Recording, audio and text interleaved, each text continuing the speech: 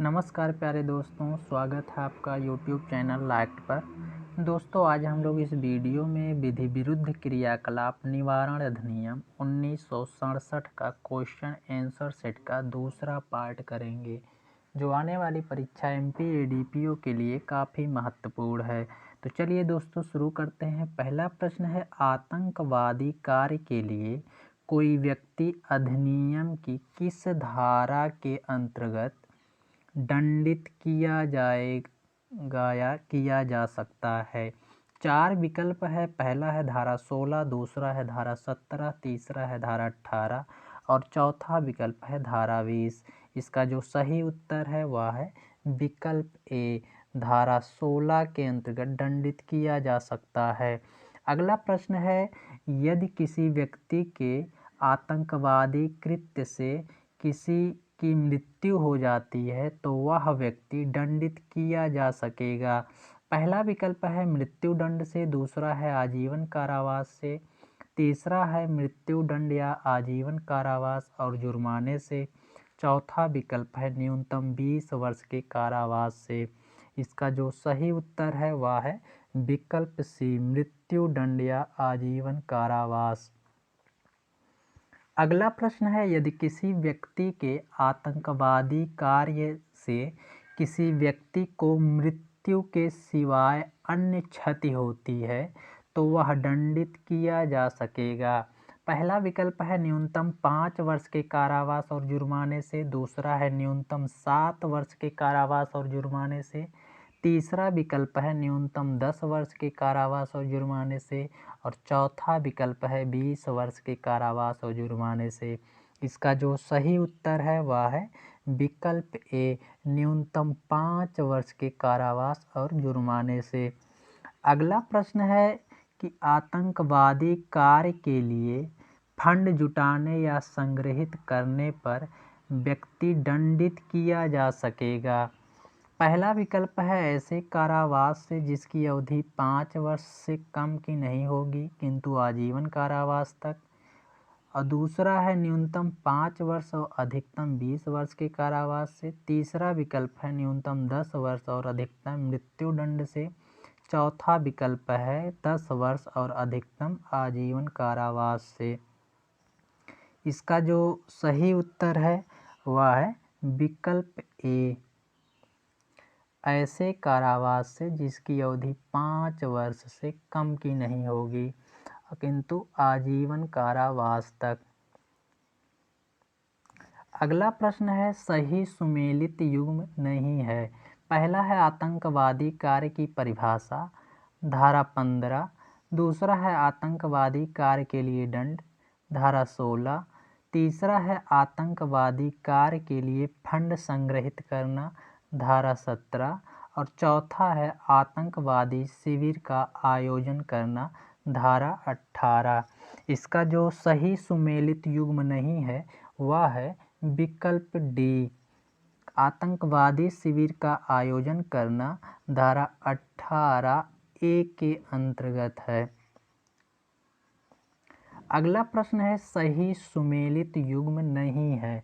पहला है आतंकवादी कार्य के लिए किसी व्यक्ति की भर्ती करना, धारा 18 खा, दूसरा है आतंकवादी का आश्रय देना, धारा 19, तीसरा है आतंकवादी गैंग का सदस्य होना, धारा 20, तीसरा है साक्षी को धमकी देना, धारा 21। इसका जो सही सुमेलित युग्म नहीं है वह है विकल्प डी, धारा 21 में ना होकर धारा 22 में साक्षी को धमकी देना। अगला प्रश्न है, साक्षी को धमकी देना अधिनियम की किस धारा के अंतर्गत अपराध है। पहला विकल्प है धारा 20, दूसरा है धारा 21, तीसरा है धारा 22 और चौथा है धारा 23। इसका जो सही उत्तर है वह है विकल्प सी, धारा 22 के अंतर्गत। अगला प्रश्न है, आतंकवादी कार्य करने का षड्यंत्र, दुष्प्रेरणा या प्रयत्न हेतु दंड है। पहला है न्यूनतम 2 वर्ष अधिकतम 10 वर्ष कारावास, दूसरा है न्यूनतम 5 वर्ष अधिकतम 20 वर्ष का कारावास, तीसरा है न्यूनतम 5 वर्ष अधिकतम 30 वर्ष का कारावास, चौथा विकल्प है न्यूनतम 5 वर्ष अधिकतम आजीवन कारावास। इसका जो सही उत्तर है वह है विकल्प डी, न्यूनतम 5 वर्ष अधिकतम कारावास। अगला प्रश्न है आतंकवादी कार्य करने का षड्यंत्र, दुष्प्रेरण, तैयारी या प्रयत्न किस धारा के अंतर्गत दंडनीय है? पहला विकल्प है धारा 15, दूसरा है धारा 16, तीसरा है धारा 17 और चौथा विकल्प है धारा 18। इसका जो सही उत्तर है वह है विकल्प डी, धारा 18 के अंतर्गत। अगला प्रश्न है आतंकवादी शिविर आयोजित करना दंडनीय है। पहला विकल्प है धारा 18 के अंतर्गत, दूसरा 18 का के अंतर्गत, तीसरा है धारा 21 के अंतर्गत, चौथा विकल्प है धारा 22 के अंतर्गत। आतंकवादी शिविर का आयोजन धारा 18 का के अंतर्गत, विकल्प बी। अगला प्रश्न है आतंकवादी शिविर आयोजित करने हेतु न्यूनतम एवं अधिकतम दंड कितना है? पहला विकल्प है 5 वर्ष एवं आजीवन कारावास, दूसरा है 7 वर्ष एवं आजीवन कारावास, तीसरा है 10 वर्ष एवं आजीवन कारावास, चौथा विकल्प है 3 वर्ष एवं आजीवन कारावास। इसका जो सही उत्तर है वह है विकल्प ए, 5 वर्ष एवं आजीवन कारावास। अगला प्रश्न है कि कोई व्यक्ति जो कोई आतंकवादी कार्य के लिए किसी व्यक्ति या व्यक्तियों की भर्ती करेगा वह दंडित किया जाएगा। पहला विकल्प है न्यूनतम 5 वर्ष के कारावास के लिए जो आजीवन कारावास तक विस्तारित हो सकेगा और जुर्माने से। दूसरा है न्यूनतम 5 वर्ष अधिकतम 10 वर्ष के लिए, तीसरा है न्यूनतम 3 वर्ष अधिकतम 10 वर्ष के लिए, चौथा विकल्प है न्यूनतम 10 वर्ष अधिकतम आजीवन कारावास के लिए। इसका जो सही उत्तर है वह है विकल्प ए, 5 वर्ष के कारावास जो आजीवन कारावास तक विस्तारित हो सकेगा। अगला प्रश्न है जो व्यक्ति आतंकवादी को साश्रय देगा या छिपाएगा, साश्रय या छिपाने का प्रयास करेगा वह दंडित किया जा सकेगा। पहला विकल्प है न्यूनतम 3 वर्ष के कारावास से, दूसरा है न्यूनतम 5 वर्ष के कारावास के लिए, तीसरा है न्यूनतम 7 वर्ष के कारावास के लिए, चौथा विकल्प है न्यूनतम 10 वर्ष के कारावास के लिए। इसका जो सही उत्तर है वह है विकल्प ए, न्यूनतम 3 वर्ष के कारावास से। अगला प्रश्न है निम्नलिखित में से कौन व्यक्ति आतंकवादी को साश्रय देने या छिपाने का दोषी नहीं माना जा सकेगा? पहला विकल्प है अपराधी की पत्नी, दूसरा है अपराधी का पति, तीसरा है ए एवं बी दोनों, चौथा विकल्प है माता पिता या संरक्षक। इसका जो सही उत्तर है वह है विकल्प सी, पति एवं पत्नी। अगला प्रश्न है आतंकवादी गैंग का सदस्य अधिनियम के किस धारा के अंतर्गत दंडनीय होता है? पहला विकल्प है धारा 20, दूसरा है धारा 22, तीसरा है धारा 23, चौथा विकल्प है धारा 26। इसका जो सही उत्तर है वह है विकल्प ए, धारा 20 के अंतर्गत। अगला प्रश्न है कि जो कोई व्यक्ति आतंकवादी गैंग या संगठन का सदस्य है उसे दंडित किया जा सकेगा। पहला विकल्प है ऐसे कारावास से जिसकी अवधि आजीवन कारावास तक हो सकेगी, दूसरा है ऐसे कारावास से जिसकी अवधि 10 वर्ष तक हो सकेगी, तीसरा है ऐसे कारावास से जिसकी अवधि 15 वर्ष तक हो सकेगी, चौथा विकल्प है ऐसे कारावास से जिसकी अवधि 20 वर्ष तक हो सकेगी। इसका जो सही उत्तर है वह है विकल्प ए, ऐसे कारावास जिसकी अवधि आजीवन कारावास तक हो सकेगी।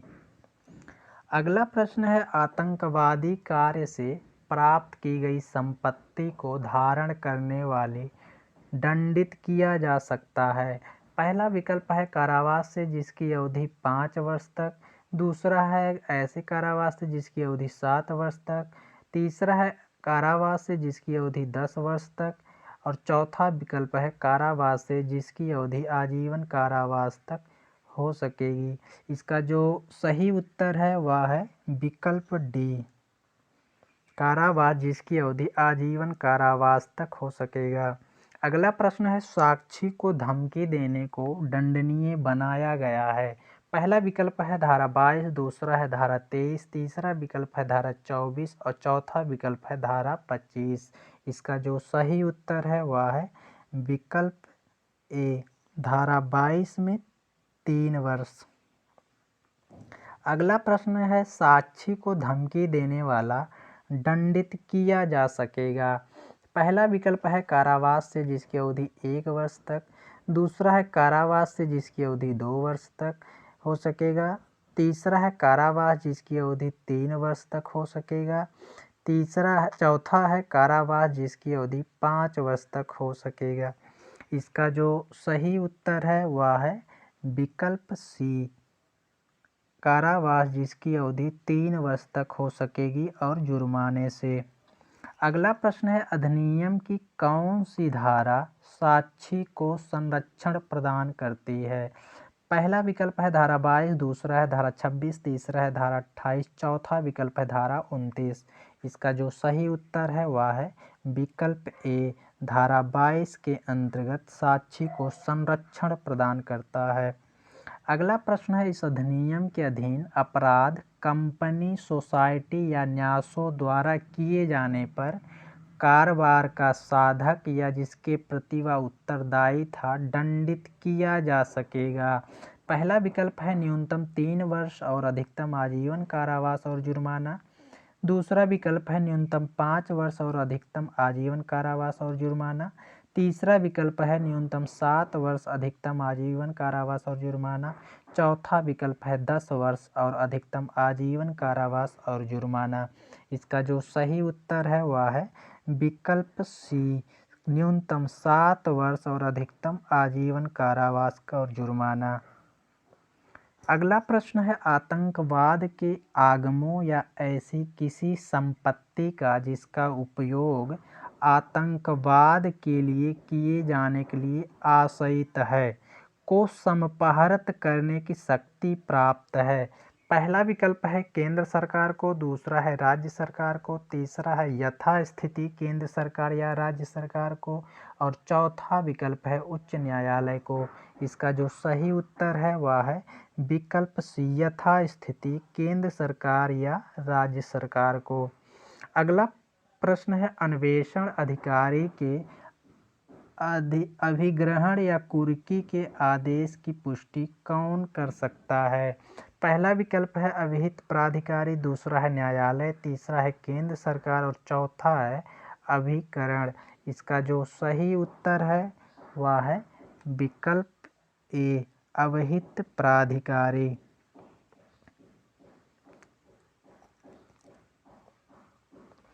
अगला प्रश्न है अभिहित प्राधिकारी अभिग्रहण या कुर्क की गई संपत्ति पेश किए जाने की तिथि से कितनी अवधि के भीतर समापहरण या कुर्की के आदेश को पुष्ट या प्रतिशत कर सकेगा। पहला विकल्प है 30 दिन, दूसरा है 60 दिन, तीसरा है 90 दिन, चौथा है 120 दिन। इसका जो सही उत्तर है वह है विकल्प बी, 60 दिन के अंतर्गत। अगला प्रश्न है अभिहित प्राधिकारी के आदेश से व्यथित व्यक्ति आदेश की प्राप्ति के 30 दिन के भीतर अपील कर सकेगा। पहला विकल्प है न्यायालय विशेष न्यायालय को, दूसरा है जिला न्यायालय को, तीसरा है जिला मजिस्ट्रेट को, चौथा विकल्प है उच्च न्यायालय को। इसका जो सही उत्तर है वह है विकल्प ए, न्यायालय विशेष न्यायालय को। अगला प्रश्न है निम्नलिखित कथनों में सत्य कथन है। पहला है न्यायालय धारा 26 के अधीन समापहरण का आदेश दे सकता है, दूसरा है विशेष न्यायालय के समापहरण के आदेश की अपील उच्च न्यायालय में की जा सकेगी, तीसरा है अपील आदेश की तारीख से 1 मास के भीतर की जा सकेगी और चौथा विकल्प है आतंकवाद के आगमों के समापहरण से पूर्व आगमों को धारण करने वाले व्यक्ति को सुना जाना आवश्यक नहीं है। इसका जो सही उत्तर है यानी असत्य कथन है वह है विकल्प डी। आतंकवाद के आगमों के समापहरण से पूर्व आगमों को धारण करने वाले व्यक्ति को सुना जाना आवश्यक नहीं है, कथन गलत है। अगला प्रश्न है धारा 26 के अधीन समापहरण के आदेश से व्यथित व्यक्ति अपील कर सकेगा। पहला विकल्प है सेशन न्यायालय में, दूसरा है सेशन न्यायाधीश के समक्ष, तीसरा है उच्च न्यायालय में और चौथा विकल्प है उपरोक्त बी एवं सी। इसका जो सही उत्तर है वह है विकल्प सी, उच्च न्यायालय में। अगला प्रश्न है कि धारा 26 के अधीन न्यायालय द्वारा दिए गए आतंकवाद के आगमों के समापहरण के आदेश से व्यथित व्यक्ति उच्च न्यायालय में अपील कर सकेगा। पहला विकल्प है आदेश की प्राप्ति की तारीख से 1 माह के भीतर, दूसरा है आदेश की प्राप्ति की तारीख से 30 दिन के भीतर, तीसरा विकल्प है आदेश की प्राप्ति की तारीख से 60 दिन के भीतर और चौथा विकल्प है आदेश की प्राप्ति की तारीख से 90 दिन के भीतर। इसका जो सही उत्तर है वह है विकल्प ए, आदेश की तारीख से 1 माह के भीतर। अगला प्रश्न है न्यायालय के समापहरण के आदेश से व्यथित व्यक्ति उच्च न्यायालय में किस धारा के अंतर्गत अपील कर सकेगा। पहला विकल्प है धारा 28, दूसरा है 29, तीसरा है धारा 30, चौथा विकल्प है धारा 35।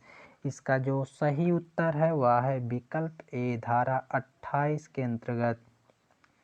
अगला प्रश्न है अधिनियम के अधीन अंतरण कब आकृत और शून्य समझा जाता है। पहला विकल्प है जहां अंतरण धारा 25 के अधीन किसी आदेश के जारी किए जाने के पश्चात आंतरित किया गया है, दूसरा है जहां अंतरण धारा 27 के अधीन नोटिस जारी करने के बाद किया गया है, तीसरा है ए एवं बी दोनों परिस्थितियों में, चौथा विकल्प है उपरोक्त में से कोई नहीं। इसका जो सही उत्तर है वह है विकल्प सी, ए एवं बी दोनों परिस्थिति में। अगला प्रश्न है किसी संगठन या व्यक्ति को आतंकवाद में सम्मिलित समझा जाएगा यदि ऐसा संगठन या व्यक्ति पहला विकल्प है आतंकवादी कार्य करता है, दूसरा है आतंकवाद के लिए तैयारी करता है, तीसरा है आतंकवाद को बढ़ावा देता है और चौथा है अन्यथा किसी तरह आतंकवाद में सम्मिलित है और पांचवा विकल्प है उपर्युक्त सभी। इसका जो सही उत्तर है वह है विकल्प ई, उपर्युक्त सभी। अगला प्रश्न है जो कोई आतंकवादी संगठन की सदस्यता या समर्थन से संबंधित अपराध करता है वह दंडनीय होगा।